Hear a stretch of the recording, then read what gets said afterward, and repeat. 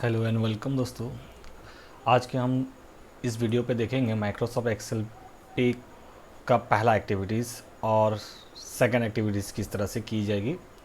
ये बेसिक है, आप सब इसको सीखना भी ज़रूरी होता है। तो पहला हम लोग बिगनर से स्टार्ट करेंगे एडवांस लेवल तक। तो पहला देखते हैं कि ये बेसिक्स है क्या।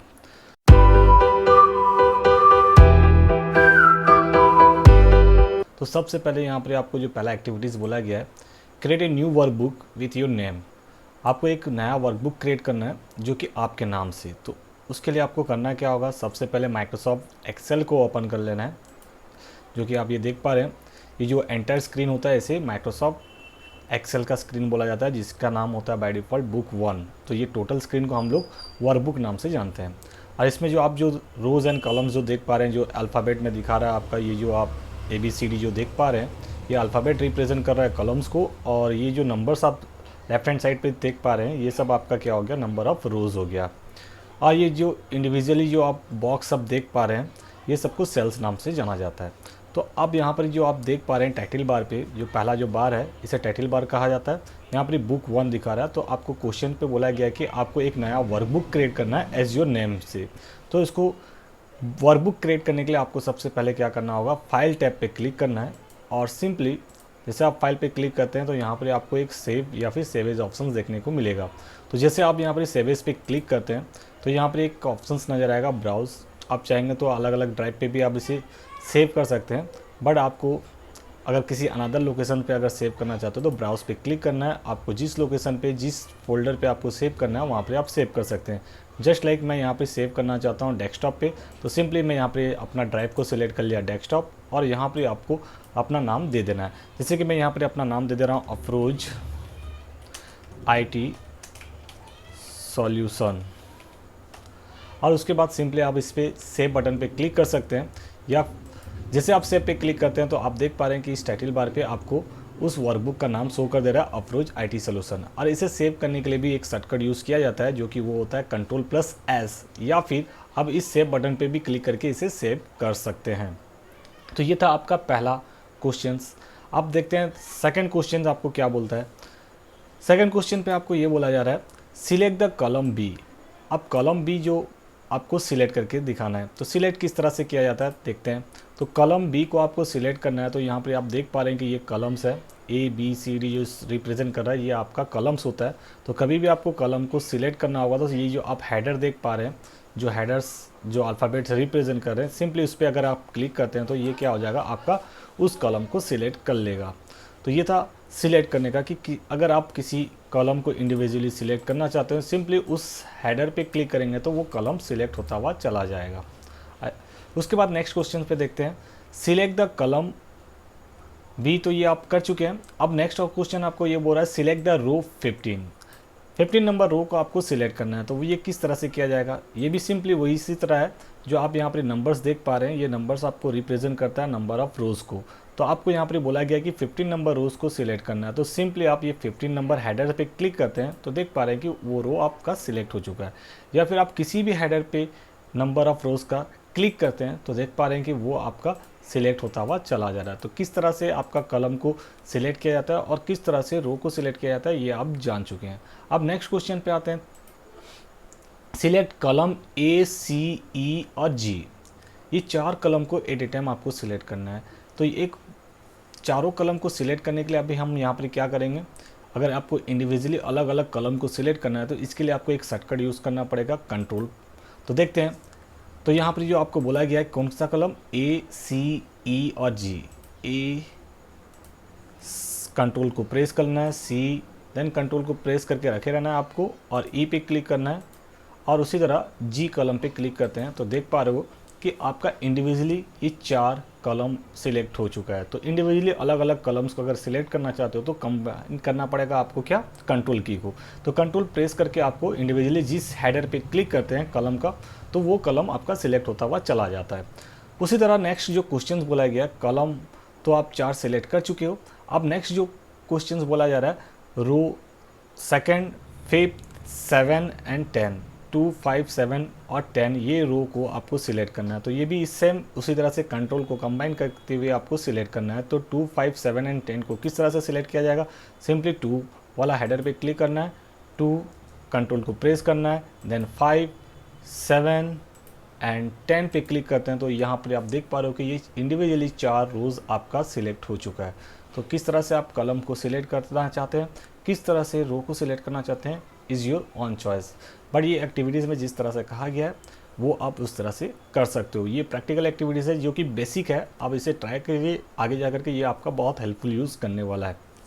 और इसका मैं PDF आपको डिस्क्रिप्शन पे दे दूंगा, वहाँ से आप इसे डाउनलोड कर सकते हो। तो नेक्स्ट क्वेश्चन पे आते हैं। उसके बाद नेक्स्ट क्वेश्चन आपको बोला गया है select from column A to F। अगर आपको A से लेकर के F तक आपको कॉलम को सिलेक्ट करना है कंटिन्यूसली, तो ये किस तरह से किया जाएगा देखते हैं।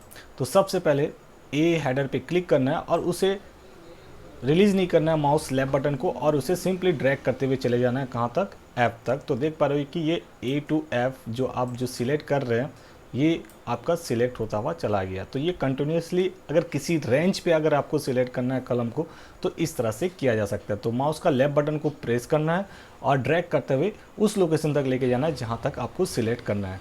तो ये आपको समझ में आ गया कि कलम कंटिन्यूसली किस तरह से सिलेक्ट किया जाता है, ये आपको क्लियर समझ में आ गया होगा। नेक्स्ट क्वेश्चन पे आते हैं। यहाँ पर उसी तरह से नेक्स्ट क्वेश्चन ये बोल रहा है आपको कि सिलेक्ट रो फर्स्ट टू रो 7 तक आपको क्या करना है, सिलेक्ट करके दिखाना है। तो ये रो को किस तरह से कंटिन्यूसली सिलेक्ट किया जाएगा। तो सबसे पहले 1 नंबर हेडर पे क्लिक करना है रो का, और कंटिन्यूसली उसे क्या करना है, ड्रैग करते हुए 7 नंबर तक लेके आना है। तो ये जो देख पा रहे हो आपका 1 से 7 तक ये क्या हो गया, आपका रो सिलेक्ट हो चुका है। तो इंडिविजुअली किस तरह से कलम को सिलेक्ट करते हैं, रो को सिलेक्ट करते हैं, इंडिविजुअली अलग अलग सेल कलम को किस तरह से सिलेक्ट किया जाता है, इंडिविजुअली किस तरह से इंडिविजुअली रो को सिलेक्ट किया जाता है, एक रेंज में किस तरह से सिलेक्ट किया जाता है, ये आप ये एक्टिविटीज से जान चुके हो। उसके बाद बोल रहा है select the entire sheet at a time. अगर होल सीट को अगर आपको सिलेक्ट करना है, अगर होल सीट को एक बार में सिलेक्ट करना चाहते हो तो उसके लिए आपको ये जो ब्लैंक जो बॉक्स देख पा रहे हो यहाँ पे आप क्लिक करते हैं तो देख पा रहे हो कि ये एंटायर सीट आपका क्या हो जाएगा, सिलेक्ट हो जाएगा। या फिर एक शॉर्टकट भी यूज़ कर सकते हो जिसका शॉर्टकट होता है Ctrl+A। तो जैसे आप Ctrl+A प्रेस करते हो तो ये एंटायर सीट क्या होगा, सिलेक्ट हो जाएगा। तो ये था पहला एक्टिविटीज़ जो आप आसानी से कर सकते हो। तो पहला एक्टिविटीज़ में आपको रो कॉलम सेल्स को किस तरह से सिलेक्ट किया जाता है ये आपको आइडियाज़ मिल चुका है, और किसे सेल्स कहा जाता है, किसे रो कहा जाता है, किसे कॉलम किया जाता है, ये भी आपको आइडियाज़ मिल चुका है। तो अब आते हैं नेक्स्ट एक्टिविटीज़ की जानिब। तो यहाँ पर नेक्स्ट एक्टिविटीज़ जो आपको बोला गया है, तो यहाँ पर देखते हैं गो टू फर्स्ट सेल। तो आपको यहाँ पर बोला गया है कि वर्कशीट का पहला सेल पे जाना है।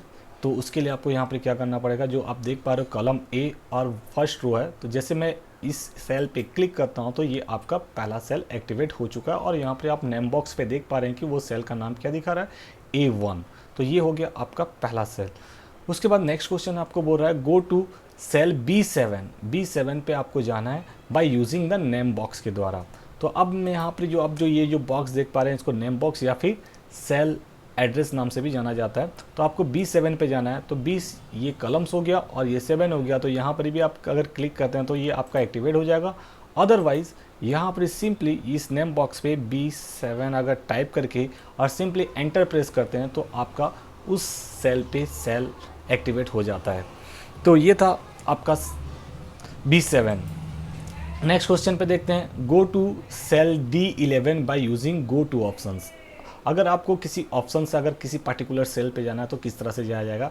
तो D11 पे अगर आपको जाना है तो सिंपली एक शॉर्टकट प्रेस करना पड़ेगा गो टू का, जिसका शॉर्टकट होता है Ctrl+G। तो जैसे Ctrl+G प्रेस करते हैं तो आपके पास गो टू का एक डायलॉग बॉक्स देखने को मिलेगा। यहाँ पर आपको रेफरेंस पूछ रहा है कि आपको कहाँ पर जाना है। तो सिंपली आपको यहाँ पर D11 आपको टाइप कर देना है और सिंपली ओके पे क्लिक करते हैं। तो जहाँ पर भी देख पा रहे हैं कि D11 होगा वो सेल आपका एक्टिवेट हो जाएगा या फिर सिलेक्ट हो जाएगा। ये था आपका इंडिविजुअली सेल पे सिलेक्ट करना या फिर मूव करना। उसके बाद नेक्स्ट क्वेश्चन है go to last column of the worksheet. अगर आपका वर्कशीट का लास्ट कॉलम आप अगर जाना चाहते हैं तो अगर आप कीबोर्ड का राइट एरो से प्रेस करके जाएंगे तो ये आपका बहुत टाइम ले लेगा। देख पा रहे हो कि ये कितने सारे लंबे कॉलम्स आ रहे हैं। तो अगर आपको लास्ट कॉलम पे जाना है तो इसका एक शॉर्टकट प्रेस करना पड़ता है। कंट्रोल प्रेस करके आपका राइट एरो अगर प्रेस करते हैं तो देख पा रहे हैं कि ये आपका लास्ट कॉलम एक्टिवेट हो चुका है। तो जो आपका यहाँ पर नेम शो कर रहा है XFD, तो एक वर्कशीट का लास्ट कॉलम होता है XFD। उसके बाद नेक्स्ट क्वेश्चन पे आते हैं, go to last row of the worksheet. एक वर्कशीट का लास्ट रो पे अगर आपको जाना है तो किस तरह से जाया जाएगा, तो देखते हैं। तो मैं आपको पहला फर्स्ट कॉलम पे आ जाते हैं, तो कंट्रोल प्रेस करके आपको लेफ्ट बटन को प्रेस करते हैं, लेफ्ट एरो पे, तो देख पा रहे हैं कि आपका पहला कॉलम एक्टिवेट हो चुका है ए। अगर आपको फर्स्ट रो से अगर लास्ट रो पे डायरेक्ट जंप करना है तो इसके लिए कंट्रोल प्रेस करके डाउन एरो प्रेस करते हैं, तो देख पा रहे हैं कि आपका लास्ट रो एक्टिवेट हो चुका है और वो लास्ट रो जो आपका इंडिकेट कर रहा है वो है 10,48,576। ये आपका एक वर्कशीट का लास्ट रो कहलाता है। उसके बाद नेक्स्ट क्वेश्चन पे आते हैं, go to last cell of the worksheet. अगर आपका वर्कशीट का लास्ट सेल पे अगर जाना है तो आपको सिंपली कंट्रोल प्रेस करके, आपको ऑलरेडी हम लास्ट रो पे हैं, तो अगर आप कहीं पर भी होंगे तो आपको कंट्रोल प्रेस करके राइट और डाउन एरो प्रेस कर देंगे तो ये आपका लास्ट सेल पे आ जाते हैं। तो जैसे मैं आपका राइट एरो पे प्रेस करता हूँ तो लास्ट रो पे तो ऑलरेडी था, और अभी अगर मैं राइट एरो प्रेस करता हूँ तो ये आप देख पा रहे हैं कि लास्ट कॉलम आपका हो चुका है XFD और लास्ट रो हो चुका है आपका 10,48,576। ये आपका लास्ट सेल्स कहलाता है। उसके बाद नेक्स्ट जो आपका क्वेश्चंस बोला गया है, increase the height of the row 6 number row को आपको क्या करना है, उसका हाइट को चेंज करना है, मतलब बढ़ाना है। तो किस तरह से बढ़ाया जाएगा देखते हैं। तो सबसे पहले आपको शॉर्टकट यूज़ कर लेना है, कंट्रोल प्रेस करके अप एरो को प्रेस करते हैं एंड देन कंट्रोल प्रेस करके लेफ्ट एरो को प्रेस करते हैं, तो आप पहला सेल पे आ जाएंगे। अब यहाँ पर आपको बोला गया है रो नंबर 6 का हाइट को इंक्रीज़ करना है। तो ये जो देख पा रहे हो रो का जो हेडर्स 6 और 7 के बीच में जो लाइनिंग्स देख पा रहे हैं, जैसे आप वहाँ पर ही माउस पॉइंटर लेके जाएंगे तो ये आपका डबल हेडेड एरो शो करेगा। इसका मतलब है ये रिसाइज हैंडल्स कहलाता है। यहाँ से अब उसका हाइट को रिसाइज कर सकते हैं, आपको कितना बड़ा करना है कितना छोटा करना है एज योर ऑन चॉइस। तो ये इस तरह से आप अपना रो का हाइट को इंक्रीज करा सकते हैं। उसके बाद नेक्स्ट क्वेश्चन आता है, increase the width of the column C. अगर कॉलम सी का अगर वेथ को आपको क्या करना है कि इंक्रीज कराना है, तो यहाँ पर देख पा रहे हैं सी और डी के बीच में एक जो लाइनिंग्स आ रहे हैं कॉलम्स के, उसके बीच पे अगर आप माउस पॉइंटर लेके जाते हैं तो आपका रिसाइज हैंडल देखने को मिलेगा और उससे आपका लेंथ को इंक्रीज या फिर डिक्रीज किया जा सकता है। तो आपको जितना आपका अकॉर्डिंग योर चॉइस, आप जितना बड़ा छोटा करना चाहते हो अपना अकॉर्डिंग हिसाब से इसको छोटा बड़ा कर सकते हो। उसके बाद नेक्स्ट क्वेश्चन पे आते हैं। नेक्स्ट क्वेश्चन आपको बोला जा रहा है, increase the height 35 of the row 4। Row 4 का हाइट आपको 35 पे सेट करना है। तो किस तरह से किया जाएगा तो देखते हैं। तो आपको क्या बोला गया, रो 4 का हाइट को 35 करना है। तो रो 4 पे आपको चले जाना है, ये हो गया आपका रो 4 और इसका हाइट को आपको क्या करना है, बड़ा करना है। तो सिंपली आपको होम टैब पे जाना है और यहाँ पर आप देख पा रहे हुए सेल्स ब्लॉक के अंदर पे एक फॉर्मेट नाम का एक ऑप्शन आएगा। जैसे इस पर क्लिक करते हैं तो यहाँ पर आपको रो हाइट नाम का एक ऑप्शन देखने को मिलेगा और जैसे इस पर आप क्लिक करते हैं तो row height dialog box activate होगा। यहाँ पर आपको जितना इसका साइज़ देना होगा, डिज़ायर्ड साइज़ यहाँ पर आप दे सकते हैं। जैसे मुझे यहाँ पर क्वेश्चन पे बोला गया 35 देना है, तो सिंपली आपको यहाँ पर 35 टाइप करना है और सिंपली ओके करते हैं तो देख पा रहे हो कि उसका हाइट इंक्रीज हो चुका है। उसी तरह नेक्स्ट क्वेश्चन बोला जा रहा है, increase the weight 25 of the column E. Column E का वेट को क्या करना है, 25 इंक्रीज कराना है। तो ये किस तरह से किया जाएगा कॉलम ई को, तो सिंपली आपको ई नंबर कॉलम को सिलेक्ट कर लेना है और सिंपली उसी तरह से होम टैब पे आना है।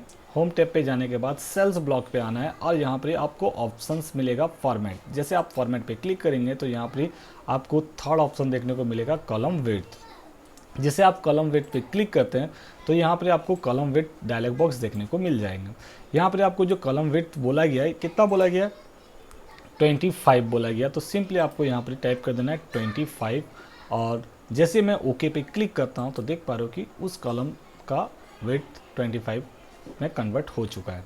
तो ये आप इंडिविजुअली यहाँ से भी कर सकते हैं या फिर अगर कुछ आपको डिजायर साइज चाहिए तो ये भी आप उतना पिक्सल में कन्वर्ट कर सकते हैं। तो यहाँ पर आप देख पा रहे जैसे आप उस कॉलम का हाइट इंक्रीज या लेंथ को क्या कर पा रहे हैं, इंक्रीज या डिक्रीज कर रहे हैं, तो वहाँ पर आपको देख पा रहे हो कि यहाँ पर उसका वैल्यू भी चेंजेस होते हुए आ रहा है। ये आपका पिक्सल पे आता है। उसके बाद नेक्स्ट क्वेश्चन पे आते हैं,